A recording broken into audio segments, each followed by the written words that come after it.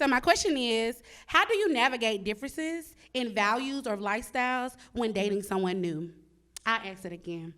How do you navigate differences in values or lifestyles when dating someone new? In my opinion, it depends on the differences, because some of those differences are going to be deal breakers.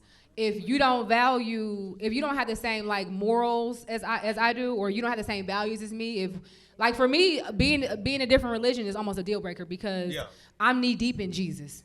You feel me? So if we don't align on a lot of different levels, I don't necessarily want to even try to pursue this, because I can foresee the issues that we're gonna have. Think about it long term. If we had kids, what religion they gonna be? Or you might feel like, oh, a woman got to do all of the raising and rearing when it comes to the child, but I might say, oh, I might need your help a little bit. So I think that a lot of times, instead of trying to force a situation and force yourself to be with somebody and like that, when it's like, oh wait, but I like you, even though we super different, I think a lot of times that person's just not for you in real life. But what happens when that changes? Because I met a guy and I picked him because he had he was a process operator. He was a regular guy, good guy, great man, romantic, and I picked him because of that.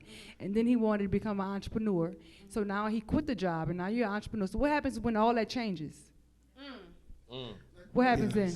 I think that foundationally, that person still didn't align with you morally. Because in real life, if that guy thought it was his job to lead and protect and provide, including finances, he wouldn't have taken the chance completely by quitting that job without having to complete his footing properly when it came to entrepreneurship. But he felt like that he needed more time to be free for me, the kids, and he wanted to be more. I guess he wanted to feel like he wanted to do more because I am more. But if I told you it was a fuck enough when I met you, why are you changing it just because you think you could give me more?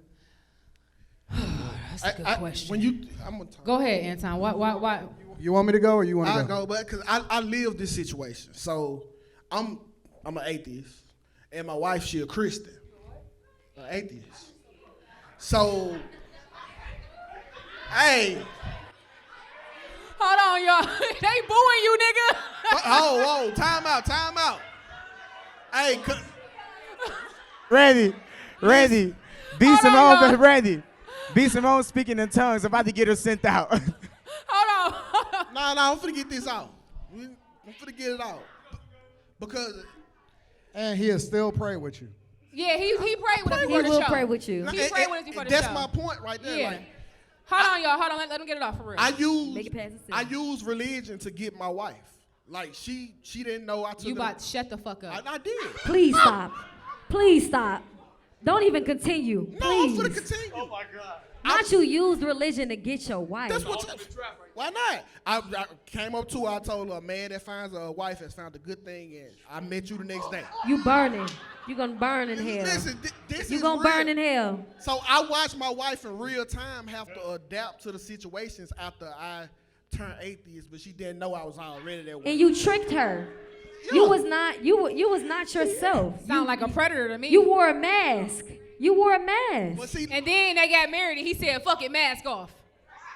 That's wild. That's some whole ass shit. Y'all, he play all day, but that's what men really do. That's what we do. That's what people do. That's what people do. However long they got until they hook you in and they got you. Hold on. Here's the thing.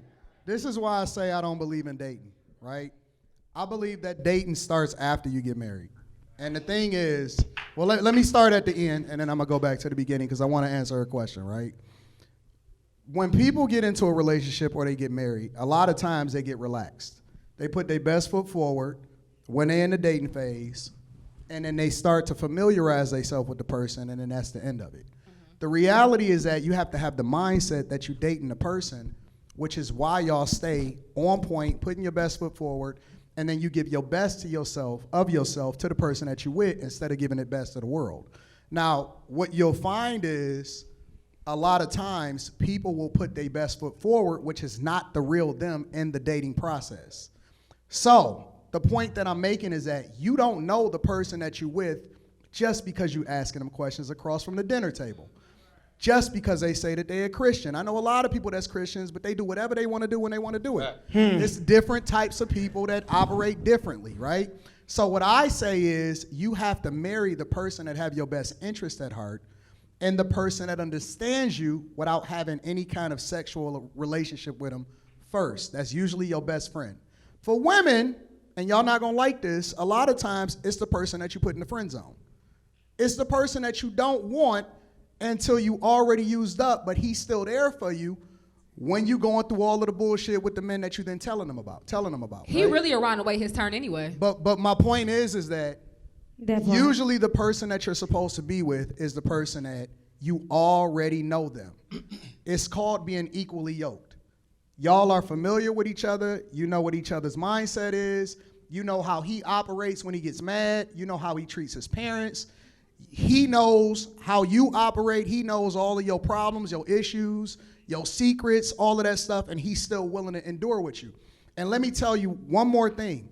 The person a lot of times that y'all think that y'all supposed to be compatible with based off of the things that you like about them is not the person that you're supposed to be with. The thing that tests your relationship is what happens when you don't like them. Because anybody can get together with somebody when they rocking with them, right? And here's the last part. When you guys are equally yoked, you're going to grow together because you're not going to be the same person you are at 20 as 30.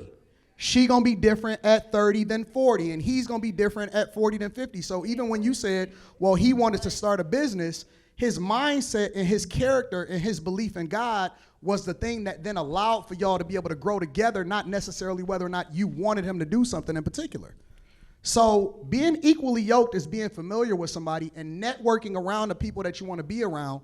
Ultimately, you'll attract your husband instead of picking the person that you like so that you can then divorce him when you don't like him anymore. But can we talk about this? And I think nobody bring this up enough in these type of situations. Can we talk about the fact that a lot of people don't really be in love with the people they with? They be digmatized or going off the pussy. Like sometimes it be a sexual thing holding a lot of people Sometimes together. don't even be that. Like when you say like, oh, how a person feel when they don't like them. I ain't gonna lie to you. I was in a situation with a person that I hated, but sexually I was tied to this demon, and he could not let. I couldn't let him loose. He couldn't let me loose. We was fighting. This shit wasn't right. But that soul tie, that sex demon had a hold of both of us. That's not a We soul couldn't let tie. each other That's go. not a soul tie. It didn't have anything to do with being equally yoked or loving one another for real. Sex is not a No, soul no. tie. Soul tied is an excuse to keep Well, fucking your mic is on. Woo. A soul tied is an excuse to keep fucking your favorite toxic nigga. There is no such thing as a soul You tie. don't know that. Well, you because don't believe in God. You don't so- know. I'm soul a tie toxic today. nigga. You, I call it don't a soul matter, tie but too. you not a woman. And I'm gonna just say it's certain stuff y'all feel we would never understand, and it's certain shit we feel y'all will never understand.